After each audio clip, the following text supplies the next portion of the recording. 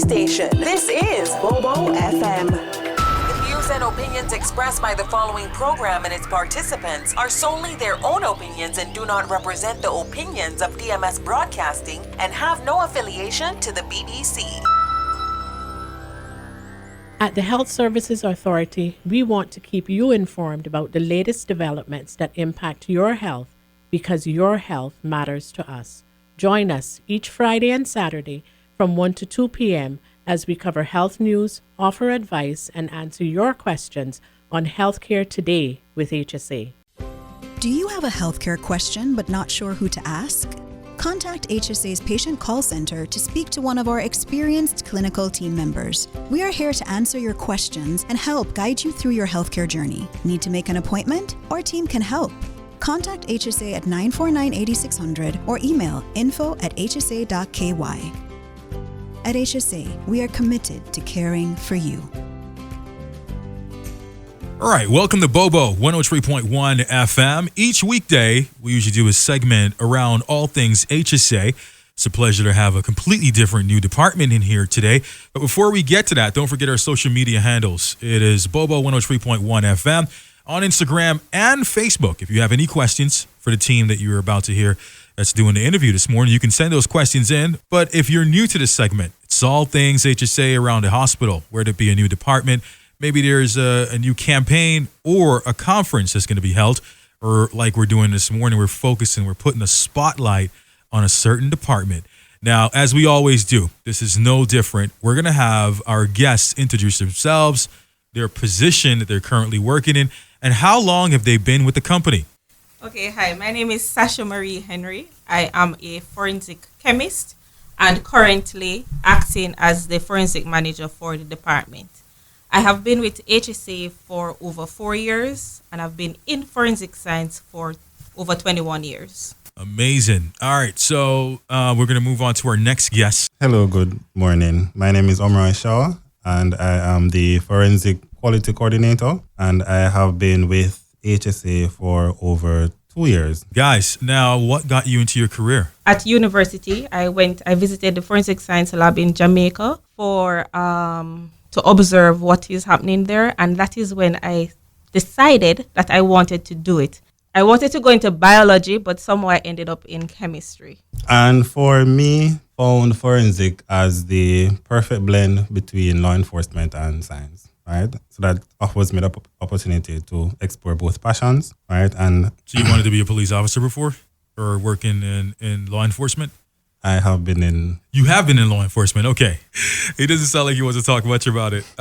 So, guys, what exactly, and anybody can take this question, what is forensic science? Forensic science is any science that is used for the court of laws, whether criminal or for civil cases. So it involves toxicology analysis, DNA, which everyone would be familiar with, drug identification, also for trace evidence such as gunshot residue, fire analysis, explosives, and it can go on and on. Now, whenever they see, if unfortunately, let's just say a murder was committed here on the island, right? A lot of times people think that this is the police department that's strictly dealing with the behind the scenes work of everything that takes place, like, you know, like what you just said. So this is a separate entity away from the police department, but you guys work in partnership. Can somebody explain that?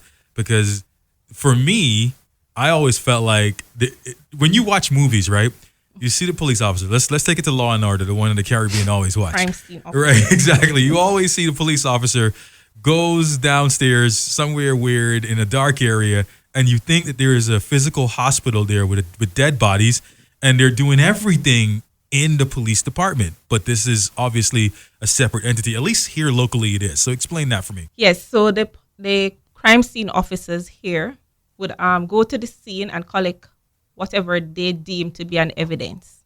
And then that is brought back to the forensic lab where specialized scientists, depending on what the evidence is, would go ahead and try and figure out what it is that they have. Like if it's a case of murder, if blood sample was collected at the scene and they have suspect in mind, they'll collect DNA sample from the suspect, and then it's the lab's responsibility to compare to see if they're from the same individual. What are the main services offered by HSA Forensic Science Laboratory? All right. So for our main services, we offer workplace drug testing.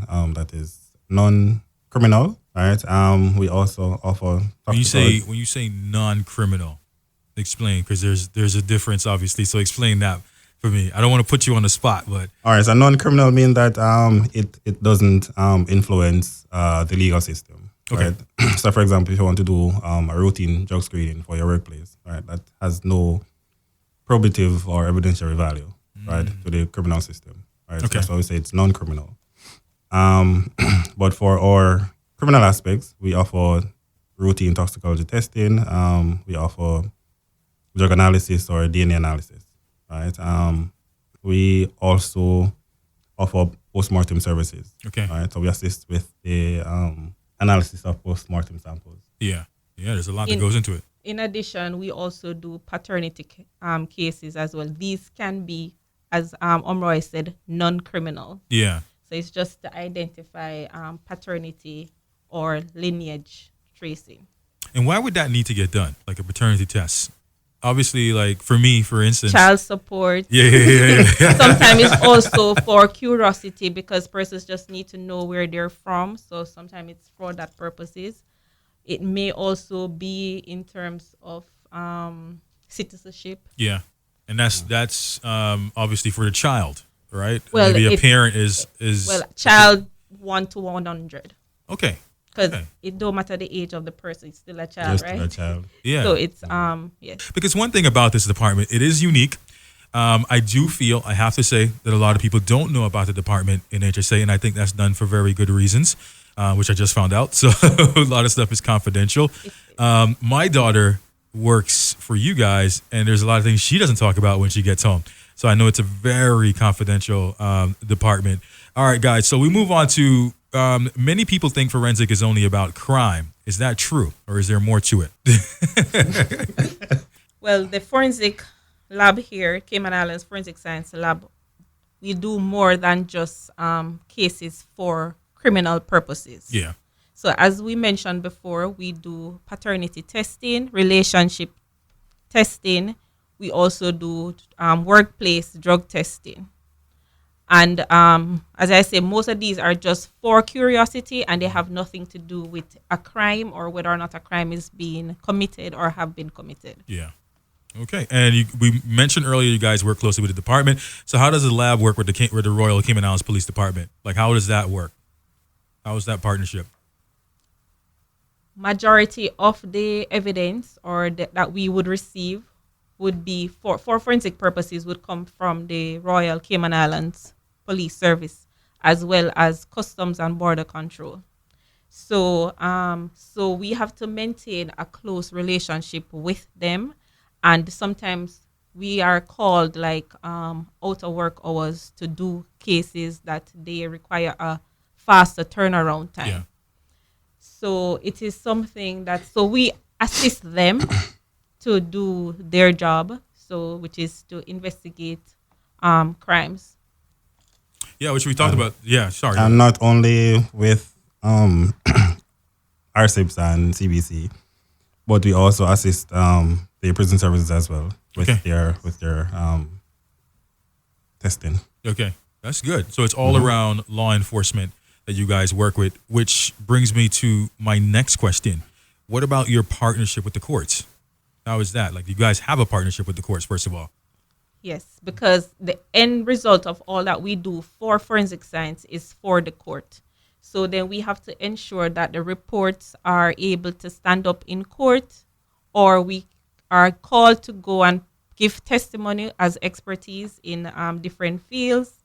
So that partnership is very important. And even if we do not go ahead and give physical testimonies in court, some of our scientists, we do provide statements for the court to assist in interpreting the results. Okay, how many scientists do you guys have in-house? I never really asked that question before I found out. Like, how much do you guys think a count? Six scientists, approximately and six we scientists. have one forensic analyst and 3 assistants. It's a very intriguing job because once again, I think there's a lot of, like we did say, there's a lot of medical students that listen to this radio interview. And one of the things I found is that people have, switched their career options because of listening to shows like this. So I want to get, before we end this interview, I kind of want to know what do you have to take? What type of courses do you have to take in order to fit in this type of department one day? Is HSA the only one? This is not a question that's here, but I wanted to ask this because I think it's an important question to ask. Is HSA the only company on island that can offer this type of service that works directly? Obviously, because it's a part of the government entity too that does this. There's no other medical center here on the island that would do anything like what you guys are doing. No. Yeah. We're the only forensic. Because it's the only services. forensic science lab. So for the court, that would be reliant on us. Yeah. But for other non-criminal Non-legal cases, purposes. there are other labs that may offer similar services. Okay. Makes sense. But you guys are the only one that has the lab here on the island. The forensic The science forensic. lab. Okay. Yeah. Separation for sure. All right, guys, we're going to take a quick commercial break. When we come back, we'll learn more about what it takes for you to work in this department, more in detail on what these guys do on an everyday basis. Yeah, it may be a department that you never heard about within HSA, but I can say to you that it is a department that are hidden superheroes in the background. They work a very important job. It's unfortunate that we have to have a department like this because of different things. But either way, we have it, and it puts us at ease knowing that there are guys like this and ladies that are working behind the scenes to make sure that we're taken care of with things that we don't even know about half of the time. All right, keep it locked. We got more coming up, all brought to you by HSA. It's Bobo, 103.1 FM. Health Services Authority is now offering online payment options for patients. Patients of HSA can now pay their bills, including deposits, towards scheduled services online at payments.hsa.ky. The secure, new online payment system accepts debit or credit cards and is in addition to the available payment options of cash, check, and online bank transfer. For quick, easy, and secure payment directly from your phone or computer, visit HSA's new online payment system at payments.hsa.ky. We're back. It's Bobo, 103.1 FM. Thank you so much for tuning into the show. We are back on the show, and it's all things dedicated to HSA. You missed us for a while. I think we've taken a quick break for a month, and we're going to do the same for the Christmas holidays. But before we go, we, of course, have a very special department in here that we're speaking to today. It's the Forensic Science Laboratory. And I have two special guests here in the studios. Guys, I know this seems like, a taken back from what you guys did from the intro. But we're going to have you guys introduce yourself once again and your department, your title. And yeah, we're going to move on to the next question. So we'll start with ladies first. Sasha, of course. Hi, my name is Sashamarie Henry. I am a forensic chemist and currently the acting forensic manager for the Cayman Islands Forensic Science Lab. And our next guest. Hi, my name is Omroy Shaw. I am the forensic quality coordinator, and I'm also one of the forensic toxicologists. One of the next questions that we have is the lab also interacts with the public, which we did speak about briefly in the first part of the interview. What services are available directly to individuals? Like if I wanted to come in there today and interact with you guys, what's some of the services I can do as an individual?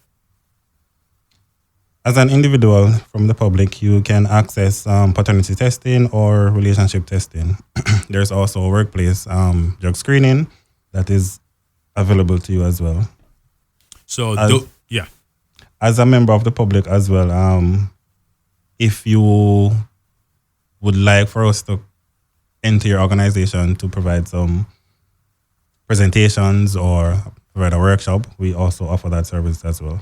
Okay, wow. That's good. So you guys go in and offer workshops? Oh, wow. Okay. That's a good one. That's something I never thought about. Okay. Accreditation, is something that you guys are well known for on the island. Why is this so important to the forensic science? I mean, this one should be, a lot of people would say that this is pretty much common knowledge or common sense, but go ahead and explain it either way. All right. So for accreditation, it is the gold standard for any organization, right? It expresses confidence in your processes as well as your staff, your equipment, and it gives your clients or your customers confidence in the results or the test that you're performing, right? So it's very important for any organization to be accredited. Love it. And accreditation also, what does it mean for HSA, and what do you guys currently hold? I think that's the most important question. What do you guys hold? I'm sorry. All right, so for our accreditation, we are accredited to ISO 17025, and this standard is for testing and calibration labs, right? So for all labs that offers testing and calibration services, this is the international standard that governs that those organizations. So currently we are accredited in ISO 17025, and our accrediting body is for ANAB. Okay. Right. Yeah. And the scope that which is also for public knowledge. So we are currently accredited for drug analysis, So for confirmation and screening of toxicology samples, antemortem and postmortem, and also for DNA. all right. So for DNA arm of the forensic department, we are accredited for DNA profile determination, and that's for database samples as well. We also are accredited for individual characteristic database, physical comparison, and quantitative determination of body fluids. For our seized drugs, we are accredited for qualitative determination of our botanical samples. And for our toxicology unit, we are also accredited for our qualitative and our quantitative analysis of postmortem and antemortem samples using various technologies such as immunoassay and gas chromatography. Love it, man. And some of the benefits, I know why it's important to have this department locally, but explain to a listener that probably perhaps don't know why this department exists and why it's necessary, in the sense of like, why not just send these samples to be done overseas? Why is it important to have this, or what's the benefit? Like, yeah, it's a huge benefit, but obviously I don't work the department. Would love to hear from you guys on why the benefit is so important here versus sending things overseas to be investigated. The main benefit of having a local forensic science lab is faster turnaround time. So imagine you have sent somebody to do workplace testing, and then you have to wait 2 weeks for the samples to be sent overseas, for them to do the testing, and then for the results to be sent back. So we offer faster turnaround time, and it's the same service, because as you said, we are accredited, so the standard remains the same. And it also will be at a reduced cost, because then you do not, overseas may be priced a little higher. Yeah. And then shipping, of course, will have to be taken into account. So it's reduced cost for customers, faster turnaround time. And it also speaks to the confidence in our population, right?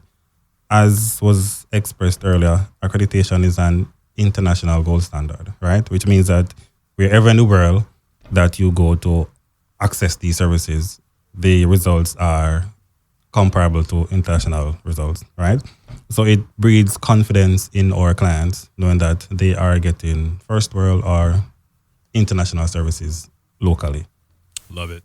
Love that. All right, guys, we're going to take a next quick commercial break. When we come back, we'll wrap things up with HSA with the last few questions that we have for them. If you have any questions at all, please feel free to message us on our WhatsApp, or constantly use our Instagram or Facebook, which is easy for you to use. Just click the message icon. We'll get you any questions that you may have for them. Maybe there was things that weren't on the list that you would love to hear them have feedback on, and we'll make sure it gets to the team in the forensic lab. And once again, that Instagram handle and Facebook is the same. It's Bobo 103.1 FM. We'll be right back. Your Cayman Islands Health Services Authority has been the national healthcare provider of the Cayman Islands for many generations. We have elevated our level of care to ensure you, our patients, have the best possible experience. We offer better access to care close to home with the most locations on all 3 islands, delivering a full range of primary, secondary, tertiary, and emergency care. HSA is a JCI accredited organization, and we are committed to caring for you. All right, we are back. Welcome to Bobo 103.1 FM. Dane here with you in a special show all brought to you by HSA. We have 2 very special guests here in the studio from the Forensic Science Lab, and we've been learning all things about what they do in the background. Definitely a department that is a very intriguing one, because this is one that a lot of people did not know about. There is a lot of departments in HSA. It's a growing entity, and it continues to grow, and it continues to surprise us with just the amount of remarkable people that's working in the background. I dare to say on our behalf. So number 10, I won't have them introduce themselves again because this is kind of a wrap-up segment. So by now, you should have been locked into the show. But I will ask this very important question, and is can you walk us through a basic forensic 101 on how does a case move from one place to the lab? So from a case to a lab. Or through the lab, I should say. All right. So our work actually begins when the sample is being brought to us, right, from whichever agency that is providing sample, right, whether it's through the police or through the Customs and Border Control Agency or through the prison services, right? Once the evidence is presented to the lab, we check to ensure that the evidence has a chain of custody form attached to it, right? And we're verifying and checking this process to ensure that the chain of custody is intact, right? And there's integrity within the evidence being submitted. Once we have gone through that vetting process, right, we receive the sample and then we provide a unique identification number to the sample, right? Once we have given each sample a unique identifier, then the sample is then dispersed to the relevant scientists who will be performing that analysis. Sasha, do you have anything that you want to add to that? Or that was well articulated? Oh, yes. So so when it is brought in for the testing now to the specific scientist, so then we'll go through the scientific method, which is kind of tedious, or so I won't. And then that result is recorded, and then we would prepare a report, which would be sent back to the whatever agent brought in the case. Love it, guys. Go ahead, Sasha. Is there anything else you want to add to that? It's okay. No, okay. What is a chain of custody? Why is it such a big deal, do you think? So as the name suggests, it's chain of custody. So it is letting you know all the persons that had possession of the evidence. So if you went and you collected something from the scene, then you would affix your unique identifier, which is usually your name, to that evidence label, and then it is probably given over to the exhibit keeper. That person would also now need to say that they received it from you. So they would have to say that they received it and when it was received. And it should be sealed and signed by whoever collected the evidence. And then when that is brought to the lab, again, the persons that collected from the lab would again attach their signature on it to say that they receive it from such person. So when it goes to the court, especially for court, then you can show that, okay, you can track the possession of this evidence to say that only persons that should have been involved were involved in handling it. So it is done to ensure that the integrity of the evidence is maintained. Yeah. Yeah. You know, guys, it comes across to me that you have to be a very detailed person to do this job. Yes. An extremely detailed job. Definitely. Yes. Love it, man. Guys, this has been very educational. There's a lot of things that we've learned now about our forensic science lab that we own here locally, part of HSA. And obviously there was a lot, not like other departments, that we could not dig into, we could not talk more about because of just what you guys are respected for highly, and that's confidentiality, and we want to make sure we continue to respect that. With that being said, though, if you do have any questions that you want to get through to the team, I'll be happy to pass them on. You can simply go to our Instagram or our Facebook at Bobo 103.1 FM. Guys, thank you so much for being a part of this program today. Thanks for having us. Thank you for having us. The Health Services Authority has over 120 world-class physicians offering the most comprehensive range of specialist services on island. Our dedicated team of professionals provide the highest quality care in orthopedics, interventional radiology, women's health, geriatrics, and a host of other specialist areas. We are a JCI accredited organization with a proven record of excellence. At HSA, we are committed to caring for you. For more information, visit hsa.ky. the home of the BBC World Service. Across Cayman, this is Bobo FM. Hello, I'm Dashiani Navanayagam and welcome to The Conversation from the BBC World Service, the programme which speaks to two extraordinary women from around the world about the incredible things they're doing. Today, my guests both work in the field of prosthetics, but under very different circumstances. Olga Rudneva is from Ukraine. She founded the Superhumans Trauma Centre in Lviv following Russia's invasion. It fits prosthetic limbs to patients who've been wounded during the war. And British inventor Kate Allen joins me in the studio. When she was just a student, she designed a prosthetic arm that can grow with children's limbs. Her company Expand now provides prosthetic arms to children with limb difference and helps give them back their independence. A very warm welcome to you both, Kate and Olga. Thank you very much.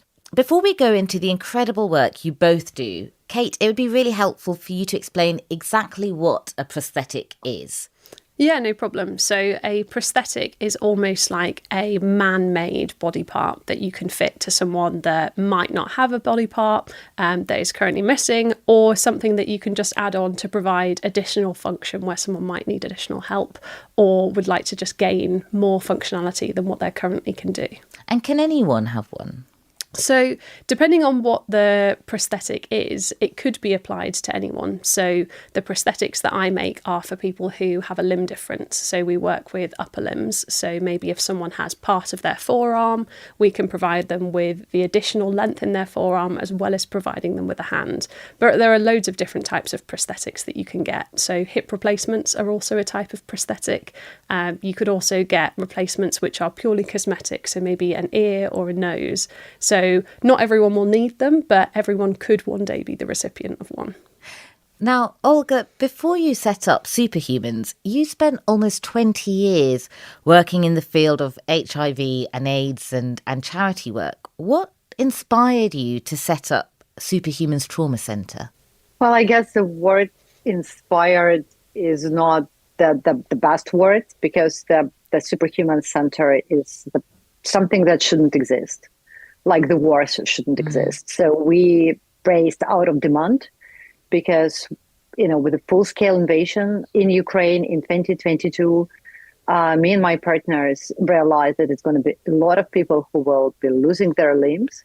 And when we are speaking about people in Ukraine, it's young guys and girls who are 25, 35 at the very beginning of their life. We had to react. We had to do something for those people who fight it for our country, who lost parts of their body, and who deserves a normal life, who deserves an active life, who wants to go back, have kids, walk with their children, holding their hands, and, have a run again. So that's why we decided that should be Superhuman Centre. Did you have any experience in prosthetics before you went into this? Zero. Absolutely. I knew nothing about prosthetics. And, the moment we came up with the idea, I said, I'm in, because I wanted to do something meaningful during the war times for Ukraine and to kind of, help the victory. So I was like, I'm in. What do I know about prosthetics? Nothing. So I opened YouTube and I Googled TED Talk prosthetics, like all good managers do. And how easy was it for you to set up this? Because like you said, you're doing this in the middle of a war as well. We started with nothing. We started with the idea. We want to do that. And we grew up out of the team of 5 people to the team of 300 people.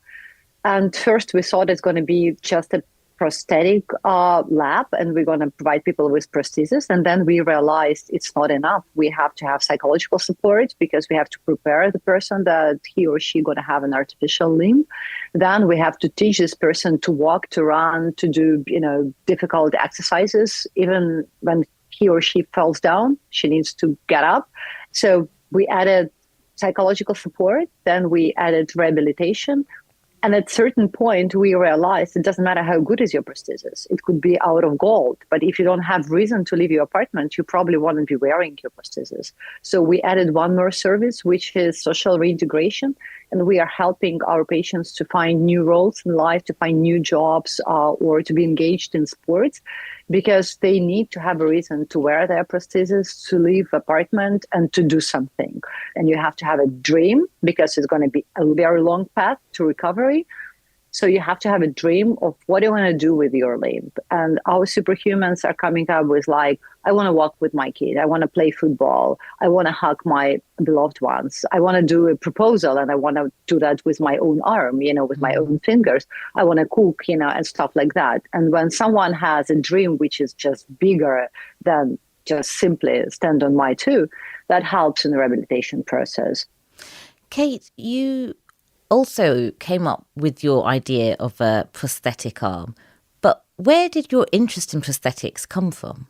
Yeah, so my interest in prosthetics themselves came from knowing a family friend, really. So her daughter was born with a limb difference, and so that really got me looking into prosthetics, and particularly prosthetics that are available for children, what they look like and what they really could be. So I started looking at what was already available, what was on the market, and then found out that really, in my eyes, one of the big things that was limiting children's prosthetics was the fact that they were a fixed size. And so children are growing so quickly that they were growing out of their prosthetics before they stopped being useful in themselves. And so I then set myself the challenge to try and make a prosthetic that would be able to grow with you, so that your prosthetic could last for longer, that you could get used to that prosthetic and then be able to carry on using it. How difficult was it for you to develop your design? So this initially started in my third year of university. So it was my dissertation project that then went on to become my master's project, that then became a full-on business of its own. And so the initial design for a prosthetic arm kind of came quite naturally, because there's not too much different that you can do when you're looking at sort of how to attach it to someone's body, and then what you want it to look like and what you want it to do. And so I had decided to go down the mechanical prosthetics route, so looking at something that was powered by body movement rather than having motors and sensors and things like that. So I was looking at elbows being the driver for finger movement. So when you use one of our prosthetics, you would bend your elbow and all of fingers and thumbs would come together, and you straighten your arm and that opens the hand again. So once I got that sort of basic concept down, it was just refining that. And also because we were 3D printing, looking at the limitations of a 3D printer and sort of the potential designs that we could come up with there. Olga, what sort of people are you treating at the Superhuman Centre? We have all kinds of people. It's civilians with absolutely amazing stories who were hit by rocket during evacuation, civilians who lost their limbs sitting basically in their apartment and rocket hit the apartment. We have military personnel, guys who are at the front lines. We have a lot of medics, a lot of deminers, because that's their job. And we have children. Children is difficult in terms emotionally to get a child, 9, 8, 5-year-old child who lost a limb, and it breaks your heart. But kids are very adjusted. So they get very excited about their new cool prosthetic arm, and they're like, oh my God, I'm Iron Man, I'm a Superman now. And we're like, yeah, exactly. And, if parents are fine, kids are fine, because they don't understand fully what they lost. And they're very quick to adjust to new prosthetic limbs, and they're very quick to learn.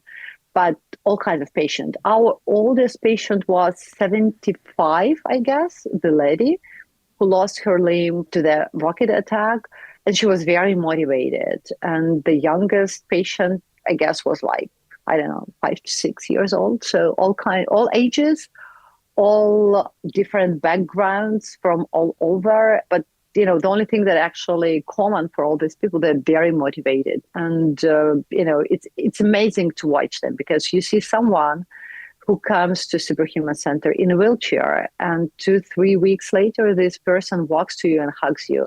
And this is something absolutely amazing. I've never, ever worked in my life in a project that has such quick results and such visible results. When you can literally change someone's life very quickly. It's magic. It's a daily magic. It sounds incredible. And actually what you were saying just there about children and how resilient they are, and if the parents are fine, then the children can cope with the change, was really interesting. And I wondered if that was your experience as well, Kate, because obviously you deal exclusively with children and prosthetics. What are the ages of the children that you see? We have mostly worked with children from sort of the age of 3 upwards, probably from the ages of about 4 to 12. But recently we were doing some work out in Egypt and some work in Kenya over the past year. And so I think the eldest that we fit was someone who was about 24, but definitely building on what Olga was saying, once you bring someone in and you get them fitted with a new prosthetic and they try it on and they see what they can do with it, I think that is one of the key moments where you can just see something change within them. And I mean, particularly working with children, a lot of them have been born with a limb difference, or at least the children that we work with anyway. And so they might never have been able to independently pick something up with one of their arms before. And so once they've got a prosthesis fitted and they can pick up different things or open things one-handed or start to do things without needing the support of someone else, you can just see the light in their eyes come about. And I think it's really, really special to be able to be there for. And you know what Olga was saying just then about how some kids find it really exciting and they think they're, Iron Man or Spider-Man. I just wondered, do you see a range of different reactions? How do children react? Oh, absolutely. So the very first prosthetic that we fitted, because we're 3D printing them, we can print them in any colour, and we had a request for the brightest pink that we could. And so we had this bright pink arm, and she was dressed as Snow White. So we then were getting her to practice picking up an apple with her new hand and putting it down, because obviously she's Snow White, and so Snow White needs to pick up an apple. Of course. And so since then, we've again had people coming in saying, I would like to have an Iron Man hand, so please can it be bright red, or I would like a Spider-Man hand, or I would really like a bright blue hand. And I think when we're working with children, they are really excited about it. And so as well as providing additional functionality with a prosthetic, it's having something exciting that they can show off and be proud of, rather than something that they're nervous and wanting to hide. And you've brought in some of your prosthetic hands. I do. So I've got 2 with me here actually, and so they're both exactly the same style of prosthetic, we've just got them in slightly different sizes. And so the way that they work is if you bend at the elbow, you can see the fingers come in and out. And so it's a really simple mechanism to learn to use. And so they've all got articulated fingers, and so they can come and grip different objects. And then they all fit on just using little Velcro straps. So nice and easy for kids to learn how to use. And the first thing I noticed about both of them is one is bright red and the other is bright pink. So. Absolutely. So our most popular colours are red, blue, pink and purple. And we have done skin tone ones as well, but I would say definitely when you're working with kids, the brighter the colour, the more exciting it is. You can have a go with one if you'd like. Oh, can I? Yeah. So if you hold it like this and then bend with this. Oh, okay. So you bend it upwards towards the thumb and all the fingers will move in and out. So you would sort of strap it, I guess? Yeah, so it would fit either side of your elbow like this. So how, if you wanted to lift, say, a cup of tea, how would you... Usually we'd start by teaching people to sort of use 2 hands at the same time, get them used to feeling some weight and knowing what that feels like. Because obviously if your arm is only this long, the weight feels heavier when it's further away. And so we'd start getting them with 2 hands to pick something up and put it down. And then maybe we start with something quite light, so whiteboard sponges, or we might try a small cuddly toy that you would pick up. Okay. And then when we do sort of exhibitions and trade shows that we're at, we'd then progress to maybe like a packet of Haribos to try and get someone to practice that like pinch and grip. Yeah. And then I always say the like final level is to pick up a business card, because then you've got to pick up something really, really fine. Yeah. It is a skill then, isn't it? It's definitely. You've got to sort of practice and get comfortable. Yeah. But I would say usually within 5 to 10 minutes of people having a go, we can get them to at least picking up a packet of Haribos and maybe also to picking up a business card. Oh, that's so interesting. And you must get such a emotional reaction from parents, I guess. Yeah, as Olga was saying, I think when you've got parents in the room with you, and especially if it's a congenital limb difference where they might never have seen their child sort of automatically use one of their arms as their primary arm to go and pick something up or do something completely independently. They're like, wow. And I think there's a lot of like, oh, I'm not sure what this is going to be like, and is it going to be useful, or should they just try and learn how to do things by themselves? There's a lot of worry that goes through parents' heads. And so when they actually see them using a prosthetic, being excited and happy about it, I think that's a big relief, and also just a whole wave of new emotions. You're listening to The Conversation from the BBC World Service. Our guests today are Olga Rudneva, who set up a centre for amputees in war-torn Ukraine, and Kate Allen, who invented an adjustable prosthetic arm for children with limb difference in the UK. Olga, when you are treating patients in Ukraine, what is the process for people to get a prosthetic? In our case, people got minor loss trauma. So the amputation is probably done at the front lines, at the field hospitals. Then the patient moved to the hospital, and then he or she has to wait 2-3 months before we can actually start the process. So people are becoming very anxious because they want to get back their lost abilities to walk or to move their hands. So they are normally at Superhuman Center after 2 or 3 months of trauma. And very often we will do everything. We will create a prosthesis and person cannot walk because he or she has fragments of shells in his thumb. So then the process starts all over again. We do the surgery, we eliminate the fragments, and the person needs to heal, and then he or she gets the prosthesis. And then the first steps are the most emotional moments because someone could be in a wheelchair for 8 months. And then the person makes the first steps. It's like, wow.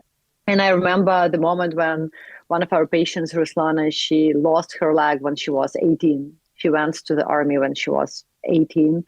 When she did the first step, she was crying her eyes over, and we all thought that there is something uncomfortable or something wrong with her. And eventually she said, I'm fine. I just get very emotional because I can see both of my shoes again. And that breaks my heart because I can make a selfie, 2 feet. And that's what she was looking for because that's what, made her feel normal. So that's emotional process. And we often have wives or, girlfriends or mothers next to our patients who are helping. And they also get very emotional saying, listen, especially moms say that this is the second time in my life when I'm teaching my kid to walk, and it's heartbreaking because it's like 25-year-old guy and he's learning how to walk again. And then the process of recovery and until the person can walk, without external support, and then off to go to a real life.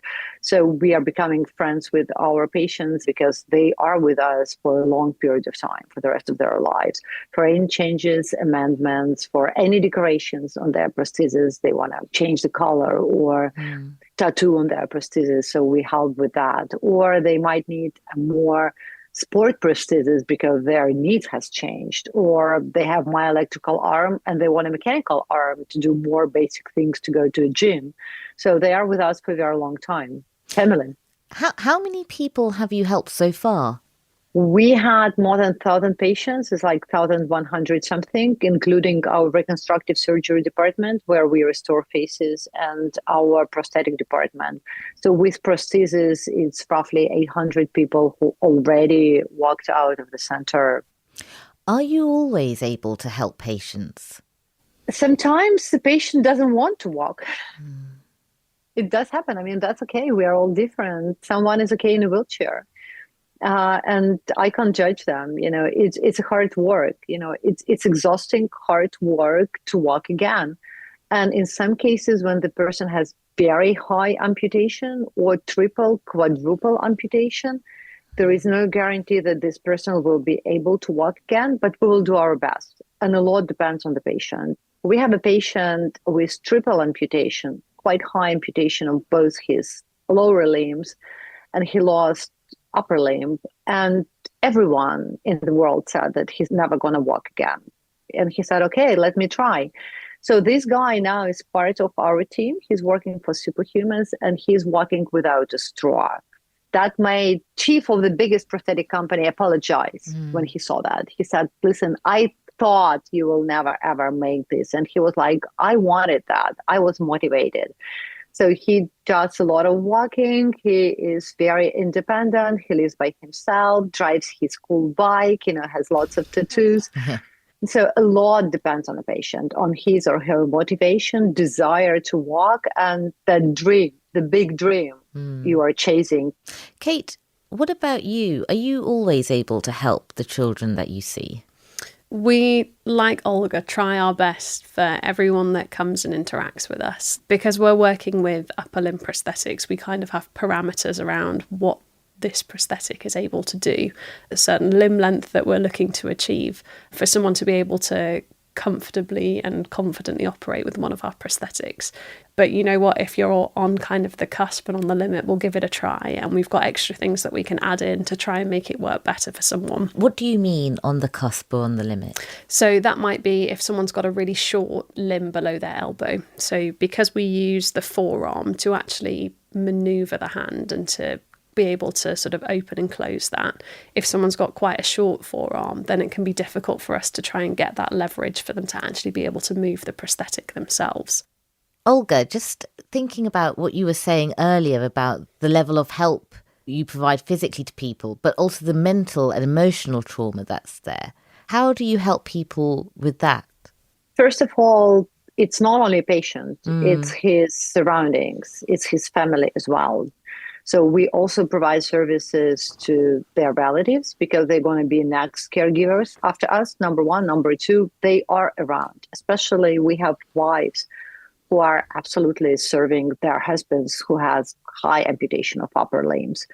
They literally go to the toilet with their husbands because they cannot do that themselves. They smoke with them, they feed them. So they also need psychological support. And we do a lot of things, just normal psychologists and psychotherapists that we have in the center. We have art therapy. So if you want, you can go and do drawings and you can do paintings. We have musical therapies. We have a guy who has a prosthesis and he plays guitar, which is absolutely amazing to watch. We have a lot of sport activities that also help them to recover. So it's very complex. Except for the psychologists that work in the center and psychiatrists, we also have this recreational therapy where we help them to try things they think they wouldn't be able to do. It's just like, let's go horse riding. And the guy with double amputation of upper limbs is like, I want to be able to do that. I don't have arms. And I'm like, listen, I gave you arms. It's very expensive. I know you have them. And he's like, oh, okay, it's prosthesis. And I'm just going to try. And we provide them these opportunities. And for psychological support, we are not only dealing with the trauma of losing part of your body, we are dealing with the trauma of war. A lot of our patients, they don't have a house anymore because it was destroyed. A lot of our patients has war trauma because they were at the front lines and they did things they always, during all their lives, thought is not right to do. But you're in the war. So there is a different moral at the war. So they are coming back to us not only with the physical trauma, they're coming with the psychological trauma. Phantom pain is very usual for people who lost limbs when you're still feeling your limb. And we were laughing another day with our patients and I was like, phantom pain probably could be horrible. And they say, well, phantom pain is okay. But when you have an itching pain, when something is itching and you don't have this part of the body and you can't itch it because you don't have it, that's really a problem, So lots of things when your mind is giving you a signal, that there is something wrong with your limb. And everyone in the center is trained with the minimum psychological abilities to serve the patient because the patient can pick anyone, the cleaner, to talk to. So everyone has to be welcoming. Everyone has to be able to listen to the patient, to his or her story if he wants to share the story. When you look around the center and everything you've achieved, how does it compare to your idea 3 years ago? It's exactly what we wanted to do. This center is built according to our dreams, exactly the way we wanted that, and a little bit better because we are growing to the demand of our patient. We just installed a huge screen before the New Year because everyone wanted to see New Year Eve celebration. So we got this huge screen, and now every evening they have movies, and they all gather at the first floor. They watch movies, they play games. That's important for recovery process. They have to know they are needed, they are loved. We can take care of them, and they have trust in the territory of trust. The biggest problem with those people who were at the war is a loss of trust. Everything they knew, everything they learned before proved to be wrong at the war. And now they are restoring their trust in people, in things around that. And that's why atmosphere is so important. We have to build trust, love, and support to those people. Kate, you've been doing this now for several years, but really you just started as a student with a 3D printer. Yeah, exactly. What was the most significant moment for you in your journey so far? I think probably the first time we ever fit a prosthetic onto somebody and to see them use it, I think that was the big, wow. It was the scariest moment of everything. No worries, I can fix a 3D printer, I can come up with new designs. If something goes wrong there, it doesn't really matter.